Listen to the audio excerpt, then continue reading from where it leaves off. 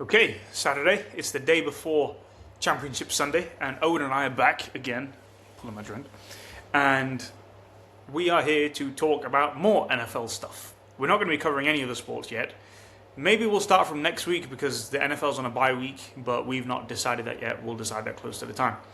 So, today we are going to start with the NFC Championship game because we both agree that that's probably going to be a bit of a closer tilt than what's going to end up on the other side in the earlier game. So, Owen, take us away. Seahawks-Rams, what do you think?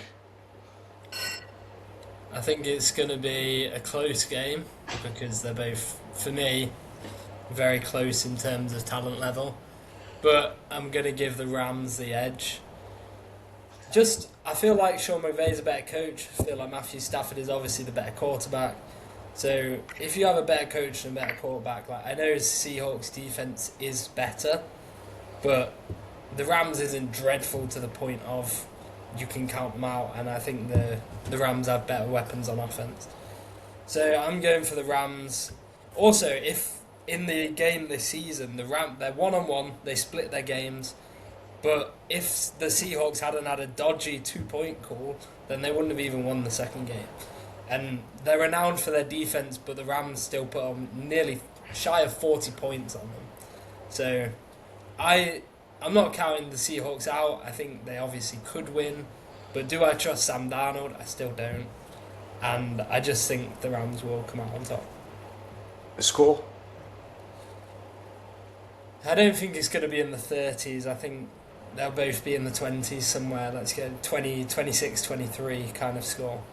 Okay. The way you made it out, I thought you might have had a bigger spread than I do. No, than what you ended up having. I'm in a pretty similar position. I'm picking the Rams. It's odd because it's almost like if it was any other quarterback other than Sam Darnold who's in these playoffs, I would probably pick the Seahawks because their team's absurdly good. Like, Darnold has stunk low-key for the last 2 months. He's just not played very well. And the Seahawks still, they won 14 games.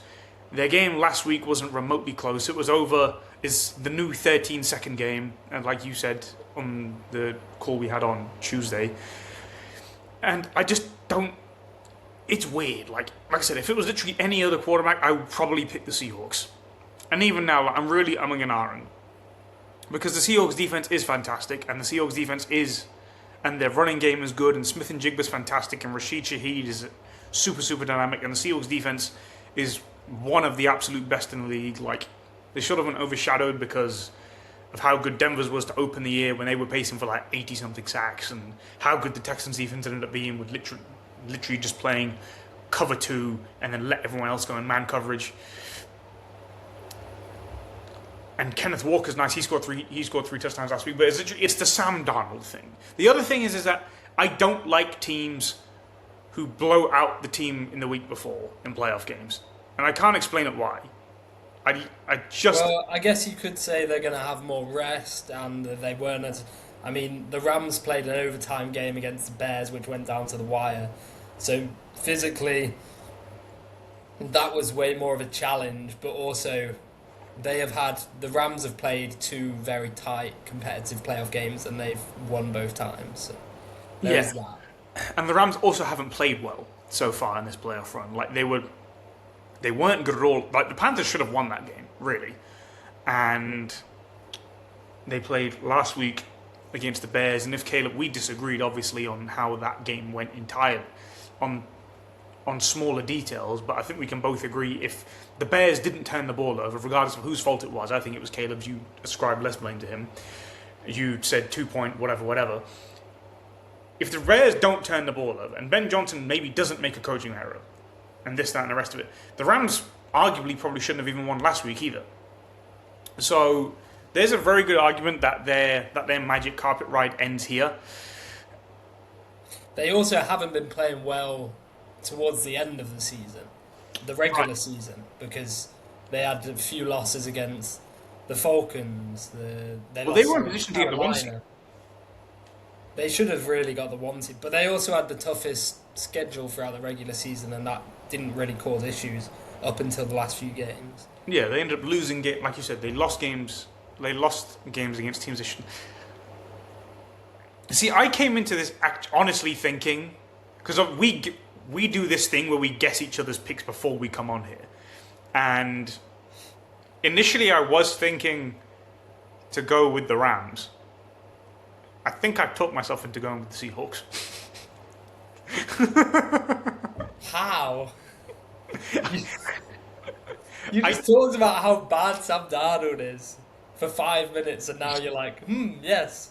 Yeah, I've talked about 80% of this broadcast so far, and half of it's been Sam Darnold. But the Seahawks are just so good.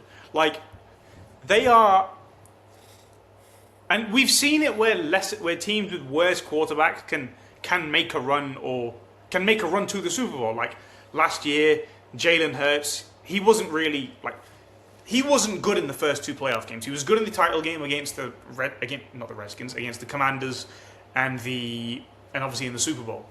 The year before, Brock Purdy wasn't as good as he is now.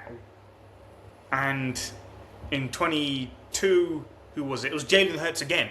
And Jalen Hurts, everyone's trying to make him out as this MVP guy, but it's not like he was great in that run either. The last time we had legit 2 great quarterbacks in the Super Bowl was 21, when it was Burrow and Stafford, and the year before that was obviously Brady and Mahomes. So I can screw it. It's good. It's good for the broadcast. I will go with the Seahawks because. Okay, let me ask you a question. And there is every chance that Owen might be able to talk me out of this, because even I'm not fully certain on this pick. Who's the better coach, Sean McVay or Mike McDaniel? I don't know. Sean McVay is not good at coaching end of games, and he's really bad when he has a lead. He always. McVay has won the Super Bowl twice. Okay, who's better? Who are we going to talk? Bill Belichick right now or Andy Reid? Andy Reid. Why? Bill has 7. I feel like that's a bad comparison. Who's they both won multiple Super Bowls. Who's a better coach, Nick Sirianni or Jim Harbaugh? Jim Harbaugh. Why? Because Nick Sirianni just shouts at the players and the fans, and then. How many Super Bowls has he got? Okay, that's a bad comparison. So Sean McVay has a proven track record. Sean McVay is a fantastic coach. Yes, Sean McVay also has never lost a game when he's played against the same team for the 3rd time in one season. So once he's played them a couple of times, he has a feel for them and he makes the necessary adjustments. But these games were really close, and Darnold was awful. And okay, is that a trend for, right, surely you should pick the guy who's not played awful in these games, right? It makes sense. Trust me, I know. Just follow me on the road. He's going to have a good game at some point. Do you think Darnold is going to turn the ball over multiple times? He didn't turn the ball over last week, did he? No, in this game. Okay, 2. You can win a game with 2 turnovers. I think he's going to have at least 2 interceptions. At least. But the Rams' defense, they're not very good. Like, they're okay, but they're not very good. I mean, I can't tell. After half of the season, less so. They were pretty solid at the first half of the season. And, I mean, they picked Caleb off 3 times last week. I always factor in snow games differently because it's just easier for the defense. Okay, another thing. The Rams had the cleanest game you can have in that weather from last week. Like, that in itself speaks for itself. No dropped balls. They played a clean game. I mean, I know it was close, but I feel like the Rams' strategy last week was, we're going to play conservative. On 4th and outs, we're going to punt. We're just going to play a clean game, and we believe that we have the better team and that we'll win it in the end, despite any of this Caleb magic and trickery at the end of the 4th quarter. See, I swear to you, if it was Mac Jones, I'd be picking the Seahawks without hesitation. If it was McCorkle Jones, if it was maybe not Phillip Rivers, that's a bit far, but Daniel Jones. Who do you want? The Nakua and Devontae Adams or JSN? I think Smith and Jigba's probably the best. Better than Nakua? Nakua's he's definitely better than Adams. Adams has lost a step. Yeah. I think that's a bit of a wash, but... He's more of an end zone threat now these days. The Rams aren't a great... The Rams... Like, McVay's play calling sometimes worries me, and Stafford is prone to throwing a pick, just because of the way he plays. See, I think Stafford's going to throw a pick because I think, like I said last week, the Rams are more conservative. I think this game they know they're going to have to bring it, so they're going to take more risks. Which... This year also just feels like a bit of a magic carpet ride for the Seahawks. Where it almost feels like a last hurrah for the Rams. Like, I can see Stafford retiring after this year, regardless of what happens. And the Seahawks are legit really good. I think Mike McDonald's going to get coach of the year. No, he won't. Mike Vrabel will get coach of the year. But McDonald has a serious case as coach of the year because they went from 10 wins last year to 14 wins this year. Like, I think... Sam Darnold... Am I really going to pick Sam Darnold against Matthew Stafford? That's the question, isn't it? Best quarterback, best coach. I don't know if McVay's a better coach, though. Proven playoff track record. I'm not betting. I wouldn't bet this game for context. I wouldn't bet this game. I think it's a coin toss. And wait, who is favoured? The Rams. I'm checking this now. Who's favoured? Surely it's the Seahawks with home advantage. Yeah, and the Seahawks' home advantage is stronger than most. I think it's like plus 2.5. That's a big line. Christ. I don't know. I thought I saw that. I might be wrong.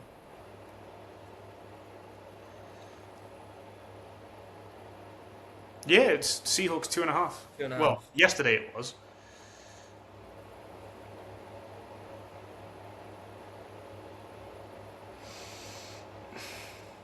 Yeah, I'm going to go with the Seahawks. And as you can see by my tone... How have you talked yourself into believing in Sam Darnold? I am not remotely sure of this pick. Like, as much certainty as I have in the pick in the next segment, I have very little faith in this pick. Like, I'm at 51. If we did this in 2 hours, I might have a different pick. If we did this in 20 minutes, I might have a different pick. I'm going with the Rams, so you have to stick with the Seahawks. Good for the show. Exactly. Yeah.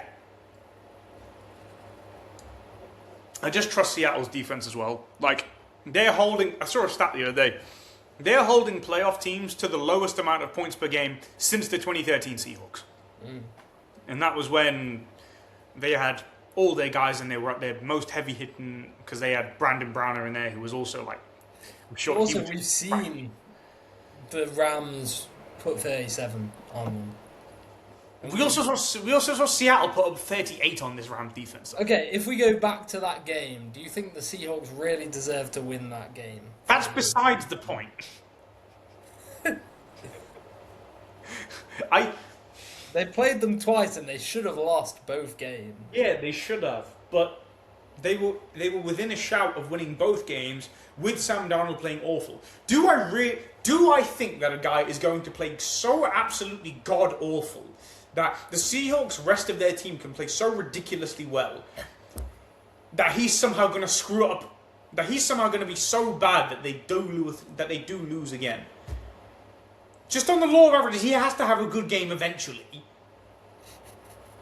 Like, the thing is, I feel like we're giving Sam Darnold a lot of credit when, like, he hasn't been in a pressure situation this postseason.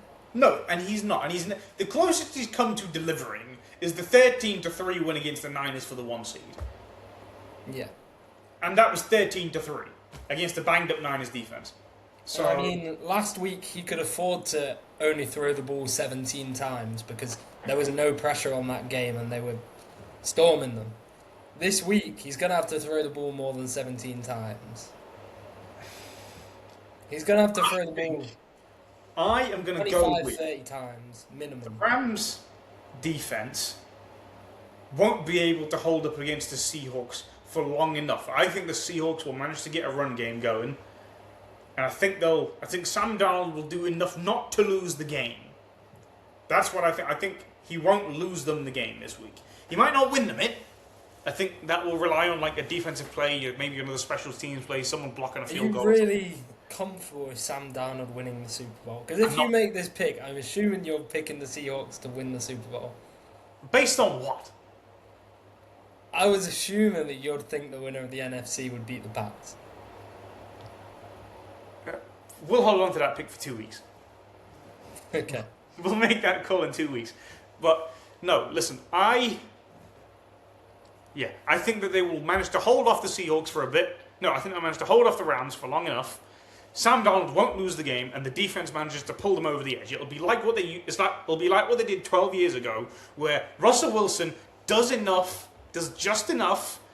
The running game gets them over the edge, and then one of the Seahawks defense, they make a play which manages to stop Stafford and the Rams going to the Super Bowl. Like the Seahawks, they've been the best team in football for like 10 weeks now. I think that's going to hold true, and they will get through to the Super Bowl. Yeah, Okay. we'll go with that. I've got the Rams, but I don't agree with the. Huh? You're a lot more comfortable in your pick than I am. I know you keep changing your mind. Mine is set in stone. I'm going for the Rams, but I don't know about you. I don't agree because the way the media is talking about it, they act like this is the Super Bowl. Whoever wins this game is going to win the Super Bowl. I'm not so sure about counting out the AFC team as the media seems to be. Oh, I agree. Like, listen, we've had stranger Super Bowl winners. Like, it just has happened. Like, It's not like the Patriots have any particular holes in their team. exactly. Like, there's areas that are weaker than others, but they're not outright overmatched compared to any of the NFC teams. I think it's silly. Like, I think it's the fact that Drake May's young, and I think the media is just also a bit sad that Josh Allen didn't make it through, because they were really counting on Josh Allen versus Drake May. It's back to this Josh Allen media propaganda. That's why they don't want Drake May to win it. Because if Drake May wins it before Josh Allen and Lamar Jackson, they're all going to lose their minds. Yeah, but we're not going to talk about Josh Allen. We wasted enough oxygen. Oh, we will. Well, yes, we will in about 40 minutes, but not just yet. Whoever comes out of the AFC will have a chance. If the Broncos get through with Jared the Javelin, then they will have a chance. Just because of the fact that if they get through, it means that the defense can get pressure on the quarterback, and the offensive line for the Patriots it's not horrible, right? It's good enough. And I'd say that's the only that is the biggest weakness on their team. Yeah, and even then, it's not Will awful. Campbell, the T-Rex. With his short arms. So, yeah, that will be a close Super Bowl. And realistically, when was the last time we had a shocking Super Bowl result? It's probably when the Eagles won the first time. Because the year after that, Patriots, Rams. Year after that was Niners, Chiefs. Year after that was Brady's Bucks against the Chiefs. That was a bit of a surprise, I think, just to the gambling public. Well, maybe not the gambling public, but like people, because the Chiefs went into that, people did favour the Chiefs. But it wasn't a shock. The year after, not a shock. Last 3 years haven't really been shocks either. I think last year would have been a shock had the Chiefs not already gone back-to-back. Does that make sense? Like, if they weren't going for 3 in a row. Yeah. But yeah, we've not really had a shock since Eagles, Pats. I wouldn't see this on the same level as Eagles, Pats the first time. Okay, if Broncos are there, then yes, I would. I'd be stunned if they won that. Yeah. But if the Patriots were there, they're good enough to. You don't underestimate. Yeah, that's not to say that the Broncos can't win tomorrow, because we're going to talk about that next. So, yeah, I don't see this as the Super Bowl. I think it's the more interesting of the games because of the fact that there's 2 healthy starting quarterbacks, and there's a case that these have been the 2 best teams in football for the entire year. But no, I don't see it as the dead-on Super Bowl. Okay, so who you got? Broncos. No. I'm assuming you're going for the Patriots. Yes. Okay. I am. I've not managed to talk myself into picking Jared Stidham. So I am as well. I've heard a few people, like the charlatan Nick Wright, who have picked the Broncos. has he picked the wrong? I've not Yes. seen that yet. Which I have no idea why, because he's been hating on them all season long, and then as soon as they get, It's a I Bo think it's Nix just because he hates Bo Nix. It's a Bo Nix thing, and I'm on board with it. I don't like Bo Nix either. And then once they actually get there, lose Bo Nix. I like Bo Nix. I think Bo Nix is better than what the general perception is of him, and I think he did play the best last round. So I think he will actually be missed. And I don't think he's very good, but he's a starting NFL quarterback, and Jared Stidham is not. yeah, I think the Broncos can come after Drake May. I mean, Drake May, he's had a rough playoff so far, but I actually think he played better than what people give him credit for last round. I know he wasn't excellent. But Did he throw any picks? He didn't, did he? He threw one, but it was a That doesn't count. Hail Mary, so it doesn't really count. It's like It's like the equivalent of a full court heave in NBA or something. Yeah, like it goes on the stat line, sure, but it's not It's not consequential. Exactly. So I don't really hold that against him, and I think he made big throws in big moments.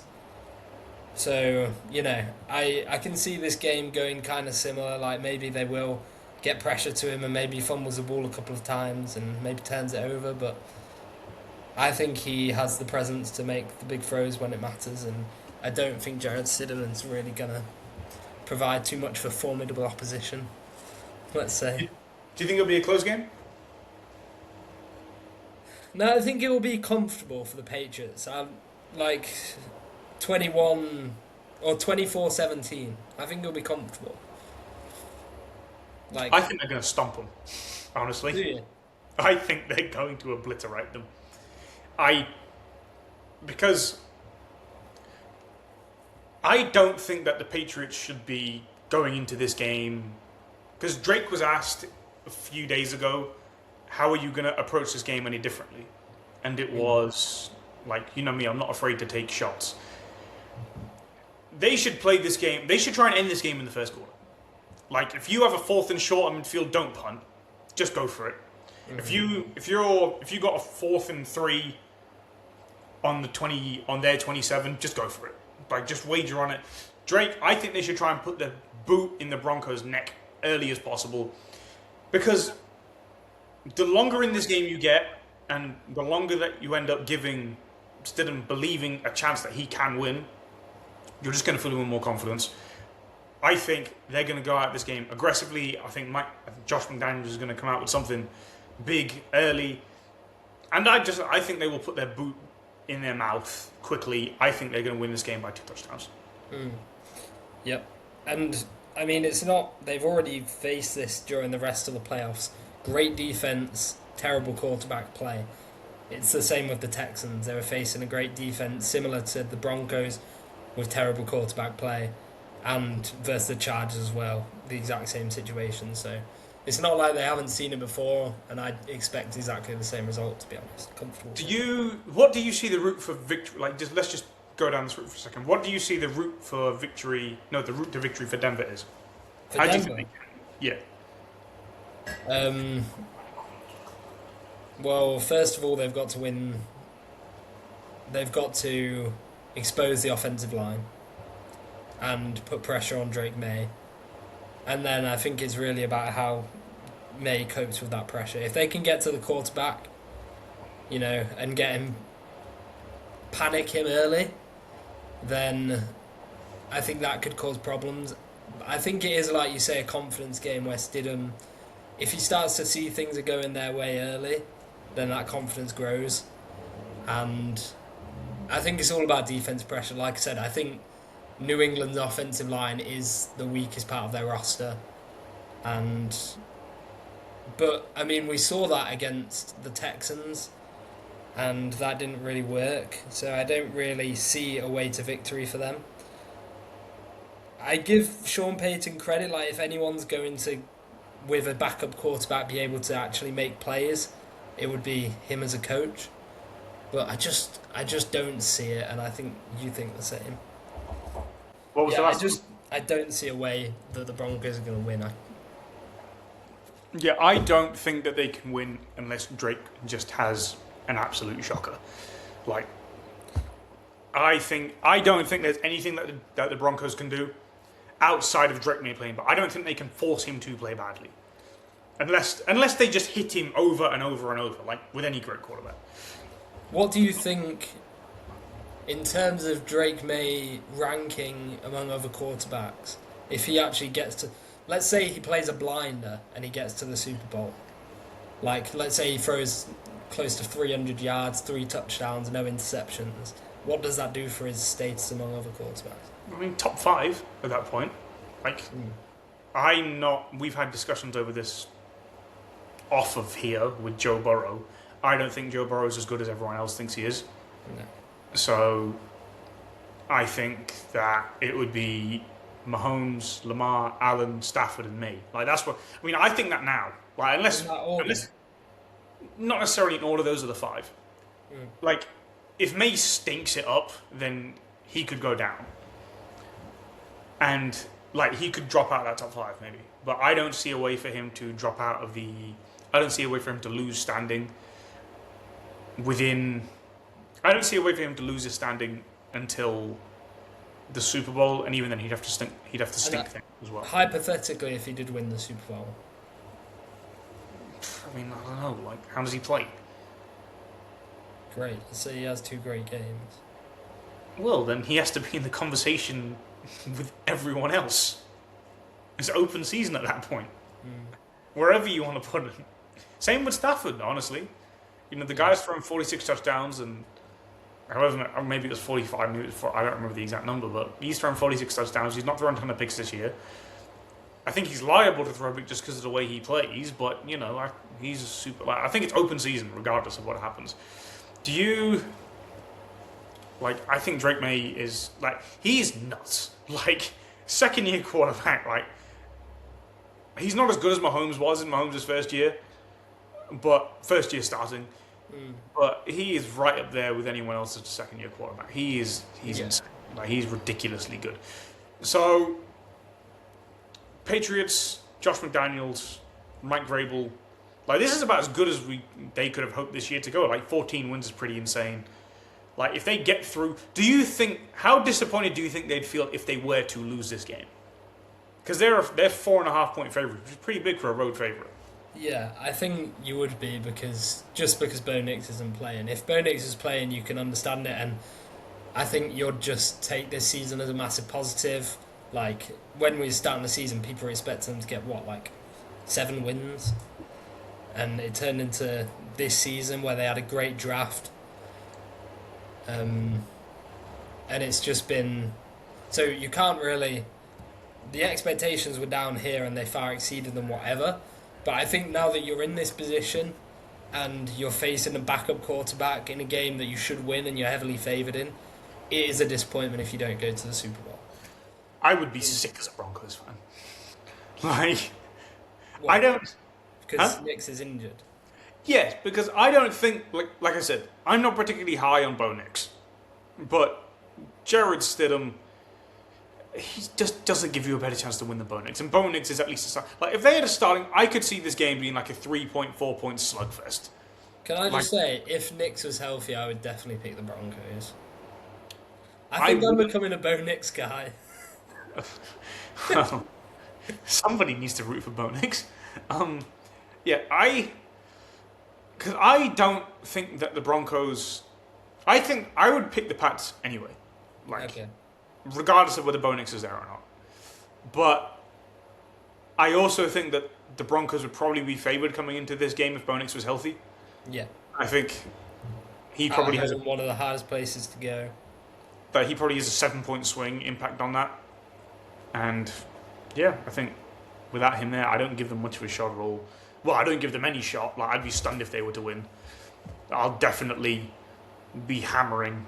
If I do decide to bet this, I'll definitely be hammering Pats 4.5, like maybe more. The other thing you have to think about as well is for the Broncos, I mean, who are the other quarterbacks that you have to face in your division going forward? Mahomes, when he comes back healthy, and he'll be back with the enemy, which we're going to talk about later. Herbert, depending on who Herbert, he gets as his offensive coordinator.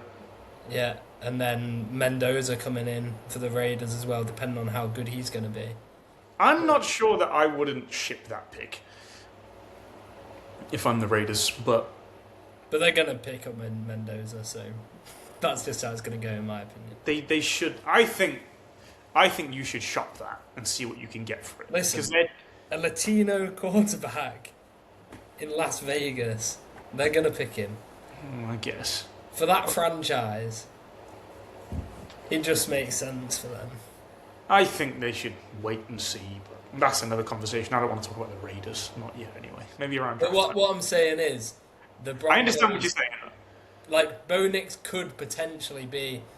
I mean, he could potentially end up being the worst quarterback in that division going forward. I don't think he will be, because I don't have Herbert as high as other people, and Mendoza... You think Bo Nix is better than Herbert? Huh? Do you think Bo Nix is better than Herbert? No. Okay, I was going to say... I think Herbert is better.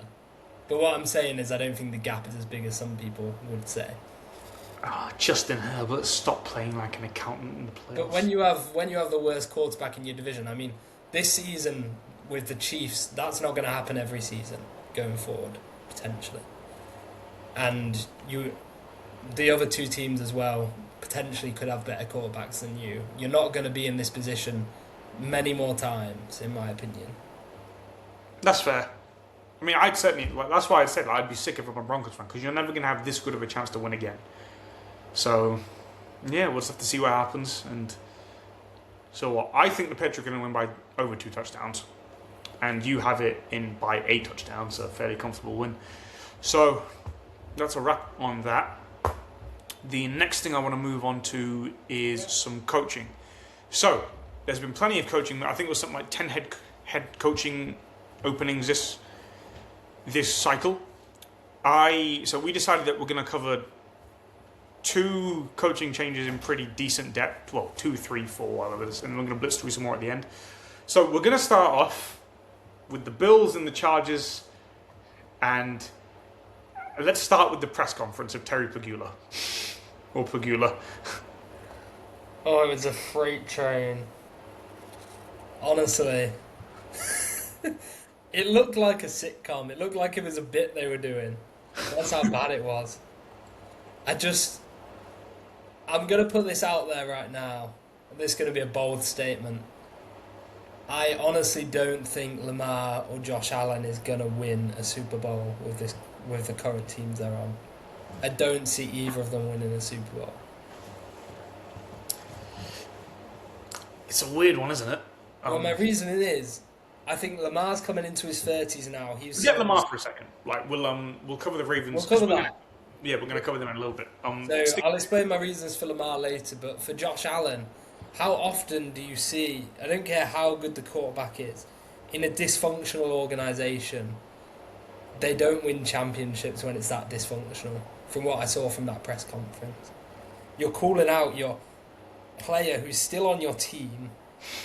And it makes no sense, because even if you're looking to move off him, why you're just reducing his trade value?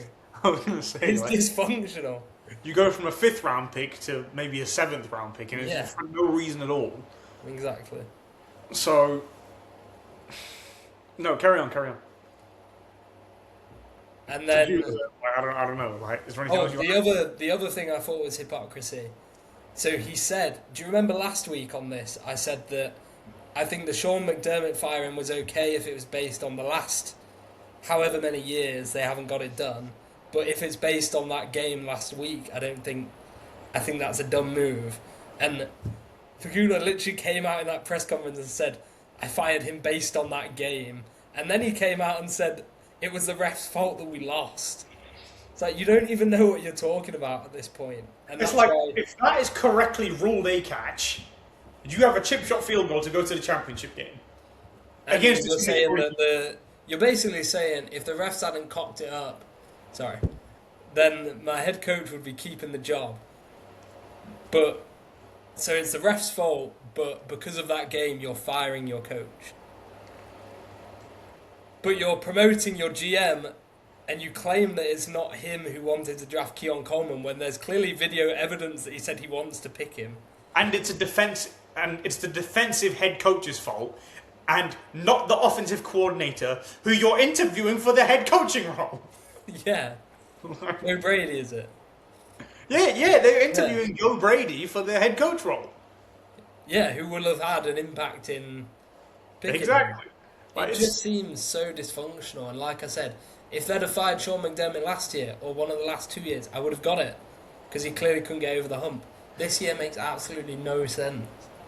It's insane. And I don't think they should have sacked him anyway, just because, like, last year they weren't supposed to get 13 wins. This year, it's a disappointment, but they didn't lose because of... But I can see the reasoning. You feel like you can't get over the hump with a quarterback and a head coach, so you want a fresh start. I can get that, but I agree that he probably should have kept his job. But the reasoning last year was more... It made more sense than now. Yeah, it's just stupid, isn't it, really? But what can you... I mean, I agree that the organisation is totally dysfunctional. Like, how many teams that are dysfunctional have won? Like, the Patriots were dysfunctional, then they hired Belichick. And then they win this, that, and the rest of it. So they're not. The Bucks were dysfunctional. They were literally the worst. That's probably the last time. And that's... Tom Brady kind of comes in and helps fix culture. That's the only thing. Are you talking about the Bucks with Tom Brady? Yeah, exactly. Then you get Tom Brady. So, it's a bit of an odd... It's like, okay, Tom Brady is the GOAT. So what are you going to do? Yeah. And then that's it, really. The closest thing you can probably get is the Eagles. And even then, what's their flaw? I mean, the Eagles last year were kind of dysfunctional with A.J. Brown, but it wasn't as bad as how long it was going on this season. Yeah, but at the same time, they just have a quick trigger finger. And it's not really a dysfunctional organisation, because the Eagles have always been there with a good roster for the last however many years. Since they beat the Patriots, really, in the Super Bowl. Yeah. So it is, I can probably get behind that take. So, now that we've got Terry Pegula out the way, who the hell is he going to hire to replace Sean McDermott? Because, obviously, Mike McDaniel... I think we'd probably agree that he's the best option. Yeah, he's number one. To take the job. But obviously they're interviewing other guys. Brian Daboll's had an interview. Joe Brady, Philip Rivers. Yeah, I mean apparently him and Josh Allen are best friends. Apparently they get on really well. Yeah. So. Well, Josh Allen's probably had a say in who's being interviewed as well. The other thing is McDaniel's obviously he's already got the OC job with the Chargers. So I don't know they're going to be waiting for a bit. It's a bit of a weird one. So who would you like to see take over?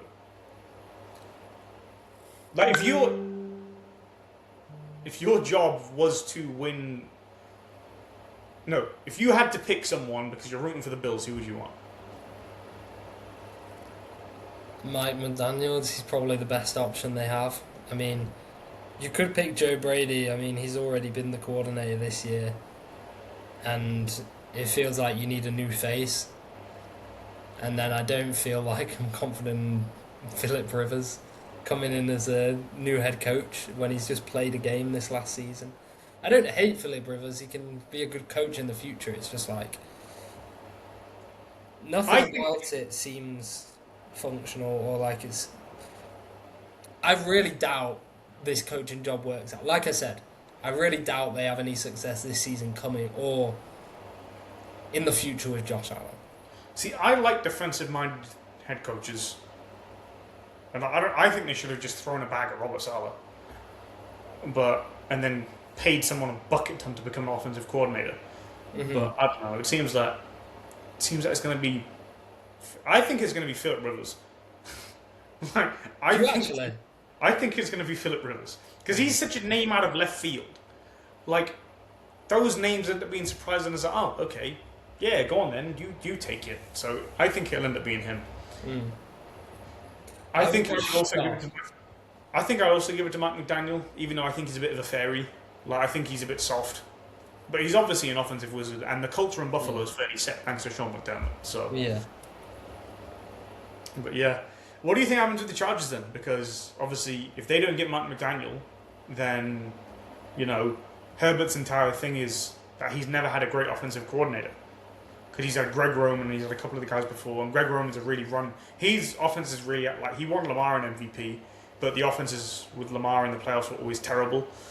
And then he's been with Herbert, and his passing numbers weren't great these 2 years under Greg Roman, and he's stunk in the playoffs both times. So, how do you see Herbert going if he gets Mike McDaniel?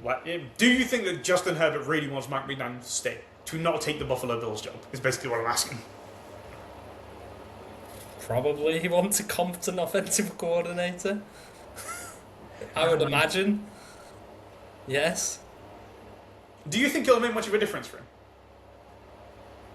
Are we saying, do we actually think Justin Herbert is as good as people claim? Do you think Justin Herbert can win 13, 14 games and make a deep run? And throw 35 to 40, and throw 40 touchdowns a year? Because he's thrown 35 touchdowns before in a season. He's thrown for 5,000 yards. I think Justin Herbert's ceiling is Phillip Rivers. I'm higher on his talent than you are. But I also have a bit of a thing for mental midgets who are also supremely talented. That's what I mean. I mean, sure, he has big hands and can throw. It's nothing to do with his big hand.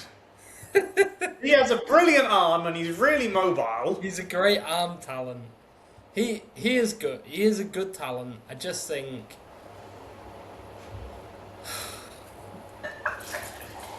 he's highly rated by people who like the NFL draft combine and not actually watching him play. He is good in though. High pressure moments. He's thrown. No, okay. Listen, we are gonna.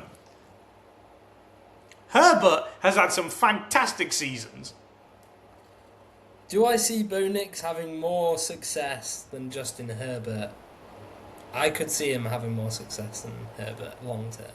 Right. So Herbert, his rookie year, threw 31 touchdowns, 10 picks, and 4,300 yards. His second year, he threw 38 touchdowns, 15 picks, that's not good, with 5,000 yards. Yeah. And his third year, he threw 25 touchdowns, 10 picks, 4,800 yards. His third year, he was hurt, but his fourth year, last year, he threw 23 touchdowns and 3 picks. And then this year, he went 26 and 13. This year is probably his worst. His worst healthy year. Fine. And he's also stunk in the playoffs each time. Fine. But one of the worst recent playoff performances we've ever seen. He's the worst. Like he's worst. He's genuinely terrible. Like Madison Beer needs to cut him off until he wins a playoff game. That'll get him working. Like honestly, well, since he started dating her, he's played worse. It's only this year. It's only this. Yeah. She's the distraction. She needs to stop taking him to playoff games. She needs to stop taking him to NBA playoff games and stuff. Like, honestly. But no, listen. I think Herbert can win an MVP. Do you? I think, yeah, absolutely. Listen, his level of talent is ridiculous. He's just a mental midget, and if he gets a serious offensive, like I don't want Mike McDaniel in Buffalo because I want this Justin Herbert thing proved or disproved. I'd rather be right, because I want someone who's a really good quarterback in the division with Mahomes to have duels every single year. Like, twice a year, every single year. It'd be fun as anything. But, I don't know. Who do you think is better in pressure moments? Who's a better clutch quarterback, him or Bo Nix? If you can take every quarterback outside of maybe Sam Darnold and they would beat Justin Herbert in a pressure moment I would take it's not a fair question. I would take Bo Nix's 2 playoff games over the whole of Justin Herbert's playoff career. No, his 1 playoff game this year I'd take over Herbert's whole playoff career. Well, yes, because Justin Herbert has had 2 god-awful playoff games and he blew a 27-point lead. This isn't a hot take, but this is so annoying.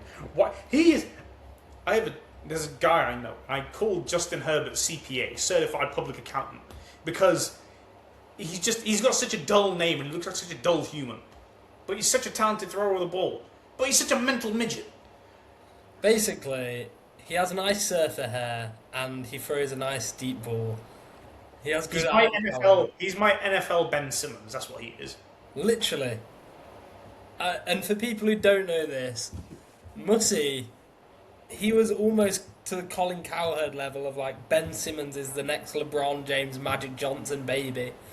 And we had this argument for about 4 years. A solid 4 years we had this fight. 4 years. And it would happen every NBA preseason where Mussy would say to me, Ben Simmons is going to come through this year. Have you seen him working on his 3-point shot in the That was only the first year. I quit with the 3-point stuff after the first year. At least for 2 seasons, you said, did you see the 3 that Ben Simmons hit I said preseason game? No, I said mid-range stuff. I said he would shoot mid-range jumpers after the 18-19 season. So like 19-20 And I kept hammering home, he's a mental midget. And he passes up open layups. The open layups was one time. Against the Hawks. Yes, that was at the end. I quit on him there. An open layup that would have won the game. They wouldn't have won the game. There was like 3 minutes left. They would have won the game. In any case, these players that... Did Ben Simmons have great talent? Did he have great vision, great passing ability? Yes. Could he get it done in a high-pressure NBA moment? No, he couldn't. And I believe with Justin Herbert it's going to be the same. I need to see him with a great offensive coordinator before I decide that is an impossibility for him. Get him Mike McDaniels and then I'll give up. I believe Lamar... Okay, if he has Mike McDaniels this year and he changes it, turns it around, fair play to him. I don't see it. I think Lamar Jackson's James Harden. I think Justin Herbert's Ben Simmons. You can't prove me other. And I think Josh Allen... That's the annoying thing. I'm trying to come up with a Josh Allen comp from the NBA. Josh Allen is Kevin Durant without Steph Curry. Yeah. I like that, yeah. Yeah, that's a good one. Durant. So he will get it done if he joins a juggernaut, basically, but he can't on his own. God damn it. But yeah. So that to be fair, we actually ran for longer on the Bills Chargers one than I thought we would. I thought that would only be like a 10-minute thing. We're in the structure of 20. So that was a fun segment. I had fun. Yeah, I enjoyed that. So our next one, I've made a little quick mini list of all of the coaching changes that we're going to cover. So Owen, you said you wanted to start with the Ravens and Jesse Minter. For context, these ones are just going to be like a couple, like 2, 3, 4 minutes each. Because he was Chargers defensive coordinator this year, and they were a very good defensive team. I think they were top 5 to top 10. So, I mean, they're sticking with that defensive culture in Baltimore, it seems, because John Harbaugh, wasn't he he was a more defensive coach. So, he's a run the ball 100 times a game if he could. Yeah. Oh no, John. No, that's Jim Harbaugh. John. No, sorry, I got the brothers mixed up. Sorry. So it seems like they're kind of sticking with that approach, and I mean, out of the young, up and coming guys, coordinators who could be up for head coach jobs, there's not many like who you'd go. Yeah, I'd have. Well, yeah, he was at the Chargers both this year and last year. Yeah. So, and he came from Michigan, as well. I'm pretty sure that with Jim Harbaugh. So I think he'll be good for them, but I don't see, like I said earlier, I don't see Josh Allen winning the Super Bowl with this franchise, and I don't see Lamar Jackson winning a Super Bowl with the Ravens franchise either. I mean, the thing for me, Lamar is now coming into his 30s. He's a quarterback who relies on athleticism, so obviously that's going to fade. I mean, he had injuries this season, but was it also his athleticism? Was that brought into question? And I think as he gets older, I think the Ravens had a window while Lamar was fully in his prime, and I think his prime is not going to last as long as someone like a Josh Allen or a Patrick Mahomes, for example. And so they really needed to win one of these last few years with Lamar, when they had Derrick Henry when he first came in, or sometime like that, or when they've been to the AFC Championship against the Chiefs. But Derrick Henry's only getting older, and I just don't think Lamar's going to get over the hump. They are. I mean, I like the Minter hire. He was at the Chargers both of the last 2 years when they had very high, like they were number one in scoring last year. I don't know where they were this year, but they were pretty high again. A really good defensive unit, like we said. And like you said, they keep that defensive Ravens culture, which they've really had for the last, since they had, I think it was, what's his name, Brian Billick, before they had John Harbaugh. So they've really had that this entire century, which I like for them that they're keeping. So that's a good hire for them. Do I think this can win them the Super Bowl? I think the underrated part about the Ravens' failures, like, neither of us are huge Lamar fans. I enjoy watching Lamar.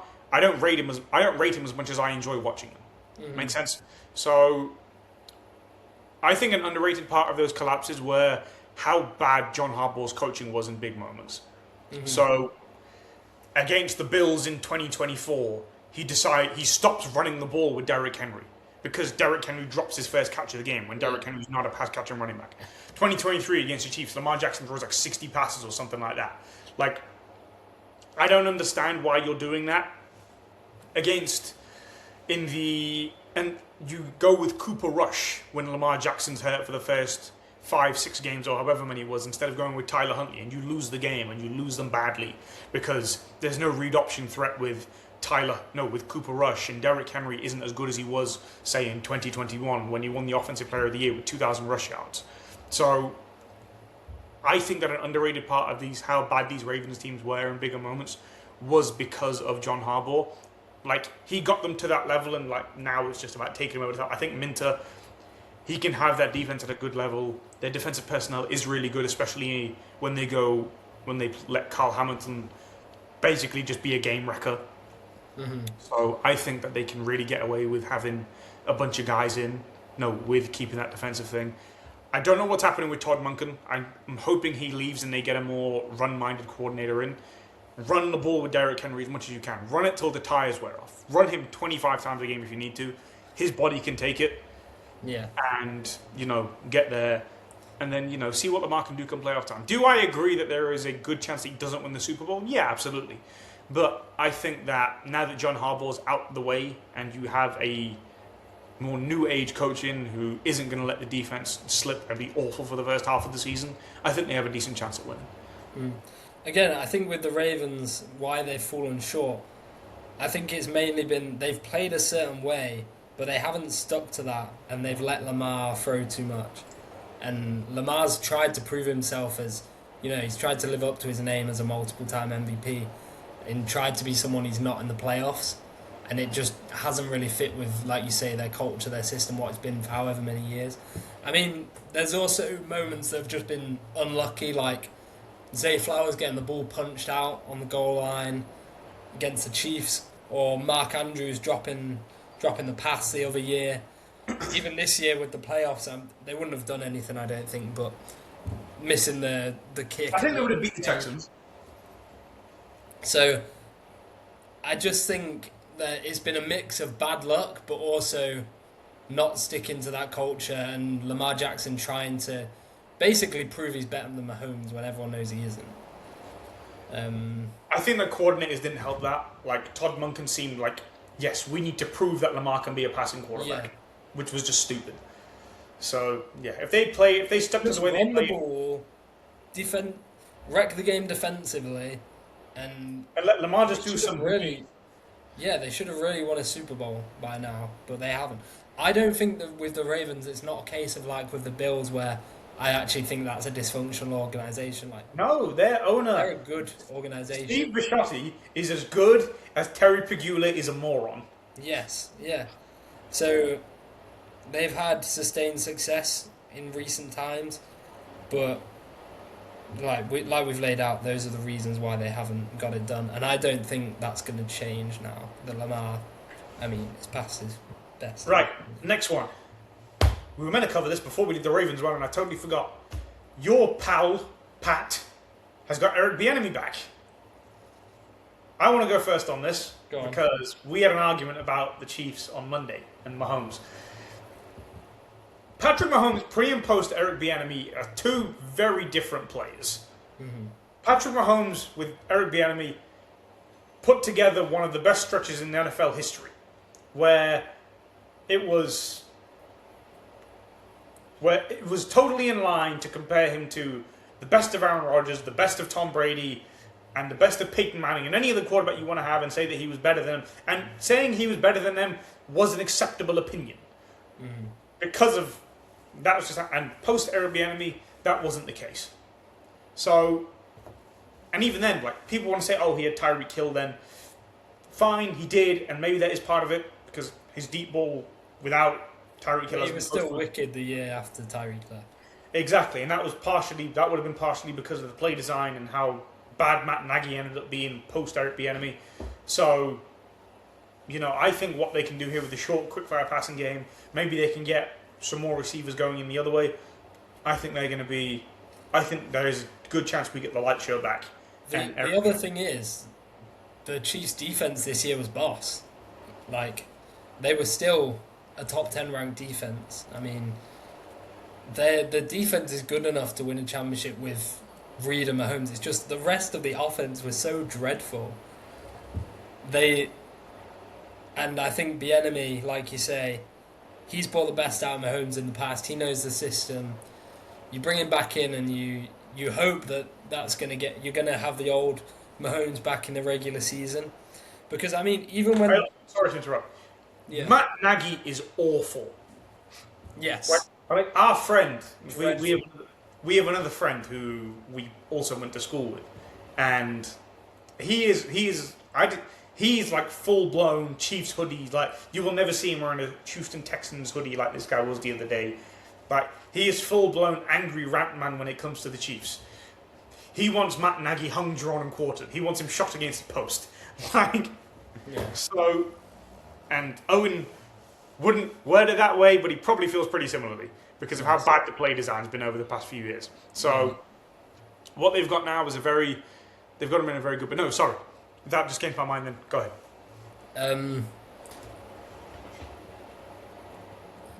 What I was saying was about Mahomes in the playoffs recently without Bieniemy, and even when he's had success, like even when they went to the Super Bowl against the 49ers, went to the Super Bowl again, he's won in a very different way. Like, he's been way more conservative, and he's taken less deep shots, like you say. His deep ball hasn't been that good over the last few years. It was still good in that MVP season after Tyreek left. So it's more been about Bieniemy leaving. I was going to say, and that was with Bieniemy. So basically, Mahomes, when he's won these last few years, he's basically done it by just, I have to win this game on my own. He hasn't been reliant on anyone else. And the fact that he's done that is incredible, but he's done it in a very different way, like with a lot of scrambling. He's played way more conservative, more like Brady would have played than Mahomes at the start of his career, where he'd take lots of deep shots. And everyone agrees that it's way more fun to watch him. Although it is fun to watch him have those fourth quarter drives and scramble for his life, it's also way more fun to watch him throwing deep ball as well. Yeah, I mean, I don't really have anything to add on that. Like, Mahomes' first 5 years, especially until Tyreek Hill left, that has an argument as the most fun team that has been seen, maybe like as comparable to any other team ever. So yeah, I don't really have anything to add on that. Eagles offensive coordinator. So nobody wants to run plays for Jalen Hurts. No, because who watched the Eagles this season and thought, yes, I want to walk into this situation? I have a take. I don't think. Fine, trade AJ Brown and then it looks better. See, it's weird though, because part of me doesn't think that AJ Brown was necessarily as angry at Jalen Hurts as he was the offensive coordinator. Like, Terry Patullo is awful. He never called out Jalen Hurts specifically. You don't have to for it to he obviously was annoyed at Jalen Hurts. Yes. Fine. Yeah. Like Jalen Hurts should have, but it's funny because they won the games where AJ Brown got his number. They lost the game when AJ Brown caught a bunch of balls. So that was quite a funny contrast. But no, listen, I think that they should. I think that teams should. I think that coaches should quite like this job. But well, you've got Saquon, who is unreal talent, and you can do so much with. You've got. I mean, you could have AJ Brown. I think they're going to trade him. They're going to trade him, but even then, you still have Devontae Smith. You still have tight ends, who is just going to be humble and work hard, no matter what. So you have got the weapons there, and Jalen Hurts. Listen, he's not that talented, but we all know that he is a winner, and he will make these plays when you need him to. You know, like he's never he won't lose you a game. Like it's rare that he'll win you a game outright, but he won't necessarily lose you a game. So I think it's surprising that teams haven't gone after that. John Harbaugh and the Giants. What did you think? I mean, out of the place he could have gone, I think he needs to coach an up-and-coming team like the Giants. And to be honest, out of the other teams who had head coaching spots available, I mean, you had the Falcons, but Michael Penix's always getting hurt, and who knows what they're doing at quarterback. Jackson Dart, do I think he'll be amazing? No, personally. But he's just a frat boy, isn't he? Yeah, literally. But I mean, he was the best out of the quarterbacks and the other teams, I thought. Like, do you really want the Titans, that dysfunctional organisation? No. And I just thought that was the best option for him, the Giants. Yeah, I mean, it seems like he's got total control over there as well. Like he can be, he's just running the ship over there, so he can do whatever he wants. And as long as he wins, gets them back into regular playoff contention, I think they'll be happy. Yeah. You didn't want to talk about the Falcons and the Titans, but I did, so I'm going to go first. You do it. I'm going to sit back and listen because I am a sucker for drama between players and coaches and people in general. I love stories. Kevin Stefanski, I don't know if he hates Baker Mayfield, but Baker Mayfield hates him.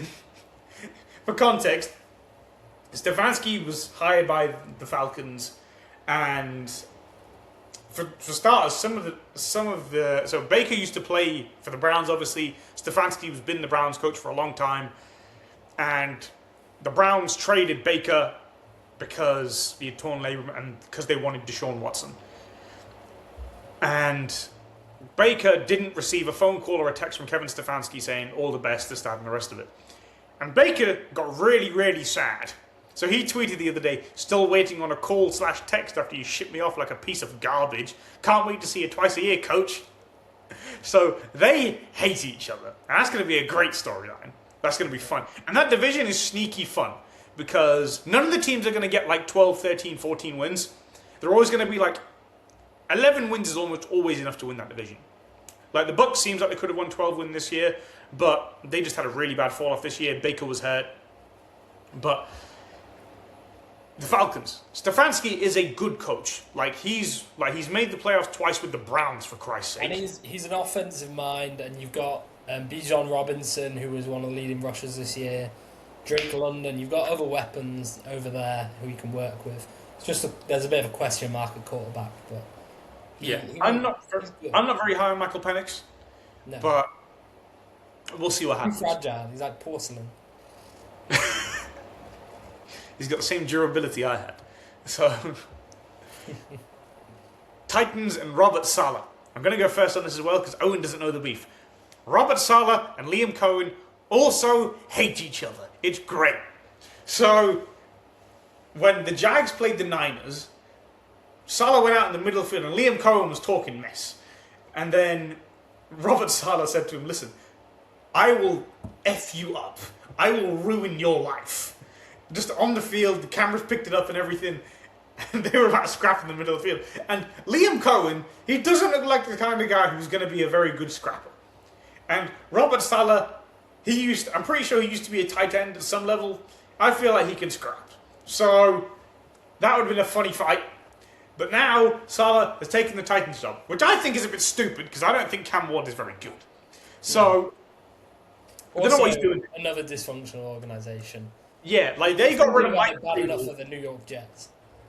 Exactly. Like he's still not. He's still never going to have coached a real in their prime or even like a real up and coming quarterback prospect because year one he had Zach Wilson and someone else. Like he ended up playing Zach Wilson, and then he had Aaron Rodgers who didn't really want to be there apparently because he was busy doing ayahuasca trips and he was in Egypt and doing a whole bunch of weird stuff like fun Aaron Rodgers activities, eccentricism. And then he got the boot and Salah was sacked. And then you have... But he's done a great job on the 49ers this year. And to be honest, who is going to succeed with that Jets team? With that Jets organisation? Like, I think you can be a good head coach. I'm just like, why this situation? Like, even go to the Raiders. The Raiders is a much better situation than the Titans. Yeah. And I don't even know who they're going to... Like, by the sounds of things, if Brian Daboll doesn't get the Bills head coach job, apparently he is going to be the Titans head coach. No, Titans OC. And he did a good job with bringing on Josh Allen and Jackson Dart liked him. So, maybe he can do something with Cam Ward. I don't know. Like, this is the same Titans organization which they won... They got to a championship game with Mike Vrabel, and they got one seed another year, and they sacked him because of a power struggle with the GM, who they then sacked the GM like a year or two later. So, I don't know why you'd go there. The owner of the Titans also is noted for being a bit of a psycho. Like, apparently she's just a bit clueless. So, I don't know what's going to go on there. It's a bit of a weird one. So, I don't know why Robert Saleh's gone there. I like Saleh. He's a really good defensive coordinator. Like, I'm pretty sure he was with the Jags at one point, and he was also with the Seahawks with Pete Carroll when they were Legion of Boom. So, yeah, we'll see what Robert Saleh can do there. But this is probably his last chance, which is, As a head coach, yeah. Yeah, like if he sucks here, then he probably won't get another job. So yeah, we'll have to see what happens there. I think we're a little bit shorter than we were last time, hour 7. Oh, only about like 10 minutes, but yeah. I think that pretty much wraps everything up for now. So it was final score predictions. I'm going with the Seahawks by 2 points. It'll be a game in the 20s. I have zero confidence in this pick. I'm going with Rams by 3. Okay. Broncos Pats, I have it by 2 touchdowns plus. You have it as 1 score. Yeah, you have it as 8 touchdowns. So those are our final picks. If you stayed with us for this long, thank you. We'll be back next week where we will find out where we will I will be getting abused for picking Sam Darnold, or I will be saying how much of a genius. I'm so glad you changed your pick. I'm so glad. Or I will be labelled as a genius for picking Sam Darnold. And yeah, that'll be it. And then maybe we'll introduce some more other sports next week because next week is the Pro Bowl, and I don't want to talk about the Pro Bowl. So maybe we'll discuss some NFL honors stuff, but I don't know. Maybe we'll begin to introduce some football topics. I've not decided yet because there was Champions League. NBA? Yeah, we can talk about the NBA. Because there's been the All-Star teams and all that. Yeah, definitely. So yeah, thank you for sticking with us, and we will see you all again next week. And yeah, Owen doesn't have any social media. He's a monk. So I mean, yeah. I do. I just don't give it out. That was the point of me saying you don't have any social media. You can stalk me if you want. I'm just going to block you all. So obviously follow. Obviously, a lot of you already have my Twitter, but like, rate, subscribe, whatever, so more of you people can come and see it. And we will see you again next week, where Owen may or may not end up abusing it. So we'll see you all again next week. Bye bye.